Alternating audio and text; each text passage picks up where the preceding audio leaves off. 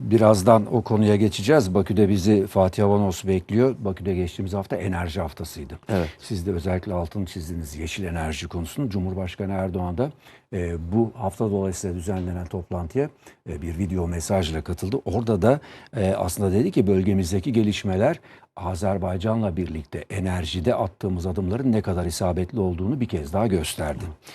Bölgemiz için hayal olarak nitelendirilebilecek pek çok mega projeyi Azerbaycan'la birlikte başarıyla hayata geçirmeye devam ediyoruz dedi.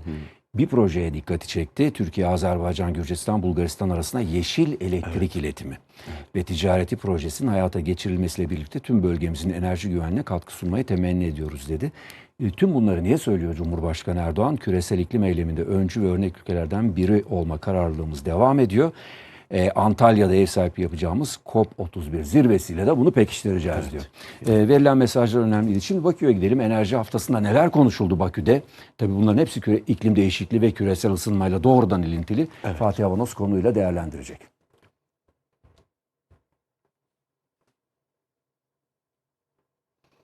Azerbaycan bu hafta yine çok önemli bir programa, etkinliğe, tedbire ev sahipliği yaptı. Bakü Enerji Haftası gerçekleştirildi. Enerji Haftası hem bölgemizin hem de stratejik birçok ülkenin enerji anlamında uzmanlarını bir araya getirirken küresel şirketleri de bu noktada bir araya getirdi ve gerçekten orta koridorun ne kadar önemli olduğu bir kez daha öne çıktı, anlaşılmış oldu. Türkiye'den de yine Enerji ve Tabii Kaynaklar Bakanı Alparslan Bayraktar da Türkiye ve Azerbaycan'ın bundan 10 yıl önce, 15 yıl önce attığı adımların ne kadar isabetli olduğunu, stratejik olduğunu da ve buradaki ziyaretinde ifade etmişti. Şimdi enerji haftasını konuşacağız. Türkiye ve Azerbaycan'ın oynadığı rolü konuşacağız. Azerbaycan'la Türkiye artık geleneksel ananevi enerji değil, yeşil enerjide de, elektrik hatlarında da yeni adımlar atıyor. Bölgesel işbirliklerini geliştiriyor. Bunları konuşacağız. Kiminle? Rızvan Naviyev'le, hem siyaset bilimi uzmanı hem de Azerbaycan milletvekili. Kendisi yayın konumuz. Efendim, yayınımıza hoş geldiniz. Dediğim gibi çok stratejik bir program. Azerbaycan her yıl Haziran'ın başında bu etkinliği sağlıyor ve bütün tarafları da bir araya getiriyor. Siz nasıl değerlendiriyorsunuz bu programı? Çox təşəkkür edirəm, hörmətli Fatih bəy.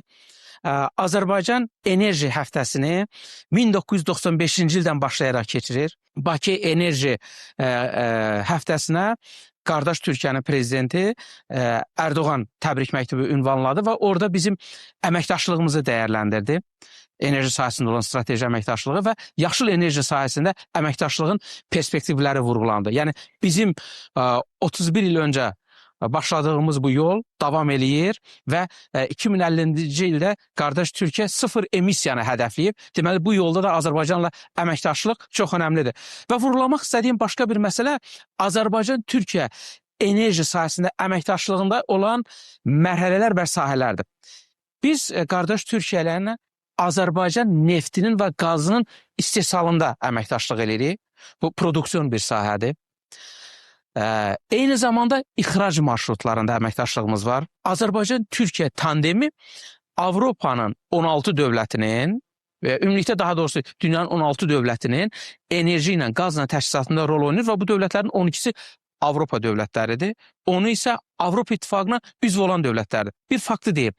Ötən il Avropa İttifaqının, hansı ki dünyanın ən böyük qaz ixalatçısıdır, Azərbaycandan Türkiyə vasitəsindən aldığı qazın miqdarı onun ümumi qaz idxalının 8%-ni təşkil edirdi. Deməli, Azərbaycan-Türkiyə tandemi Avropanın enerji təhlükəsinin təmin olunmasında vacib bir aktordur və bu dəyərləndirilir. Deməli, biz istehsal, ixrac və istehsalçıların öz enerji mənbələrinin şaxələndirilməsində əməkdaşlıq edirik.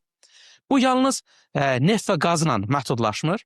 Bizim qədəm qoyduğumuz, başladığımız bir sahə yaşıl enerjidir. Siz də bunu vurğuladınız. Yaşıl enerji sahəsində bizim əməkdaşlığımızda iki istiqaməti fərqləndirə bilərik. Bir, Azərbaycanın malik olduğu, istehsal elədiyi yaşıl enerjinin Avropaya ixracıdır. Bilirsiniz ki, Xəzərin ehtimal olunan yaşıl enerji ehtiyatları, külək enerji 157 gigawatt. İşğaldan azad olunmuş ərazilərin, Qarabağ və Şərqi Zəngəzurun isə gücü 35 gigawattdır. Prezident İlham Əliyev Yaşıl Enerji Həftəsində vurğuladı ki, biz 2027-nin sonuna qədər 2 gigavat gücündə yaşıl enerji istehsal eləyəcək. Və bu güc 2032-də 8 gigavata çatır. Deməli biz Azərbaycan, Gürcüstan, Qara dənizin dibindən Rumıniya və Macaristana yaşıl enerji ixrac eləyəcək. Balqaristan qoşulur. Eyni zamanda Balqaristan Türkiyə ərazisindən, quru ərazisindən Azərbaycandan yaşıl enerji deməli ithal eləyəcək və nəticədə enerji sahəsində interkonnektorlarla biz Avropanın enerji bazarında Türkiyə ilə əməkdaşlıq sahəsində mövqeyimizi möhkəmləndirəcək. Təkcə neft deyil, qaz deyil, artıq yaşıl enerji ilə də biz orada illərlə mərhələli şəkildə bir dominant mövqeyə sahib olacaq. Aslında bugün nerelere kadar geldi, ne kadar öngörülü, ileri gören bir hareket, bir davranış, bir adım olduğunda bugün görmüş olduk. Sayın Rızvan Nabiyev yayın konuğumuzdu. Azerbaycan'ın, Türkiye'nin ve yine Türkistan'dan başlayan tüm kardeş ülkelerimizle birlikte aslında enerjide oynayabileceği rolü, işbirliğini ve yürütülen çalışmaları kendisinden dinledik diyelim. Bakü'de son notlar bu şekildeydi. Sözü yeniden size bırakalım. Fatih Avonoz, sana ve konuna teşekkür ediyoruz. Tabii enerjide Türkistan coğrafyasının Türkiye'nin oynayabileceği role dikkati çektiler. Türkiye tabii bir istikrar adası olarak değil mi? Hem bölgemizde hem de dünyada öne çıkıyor.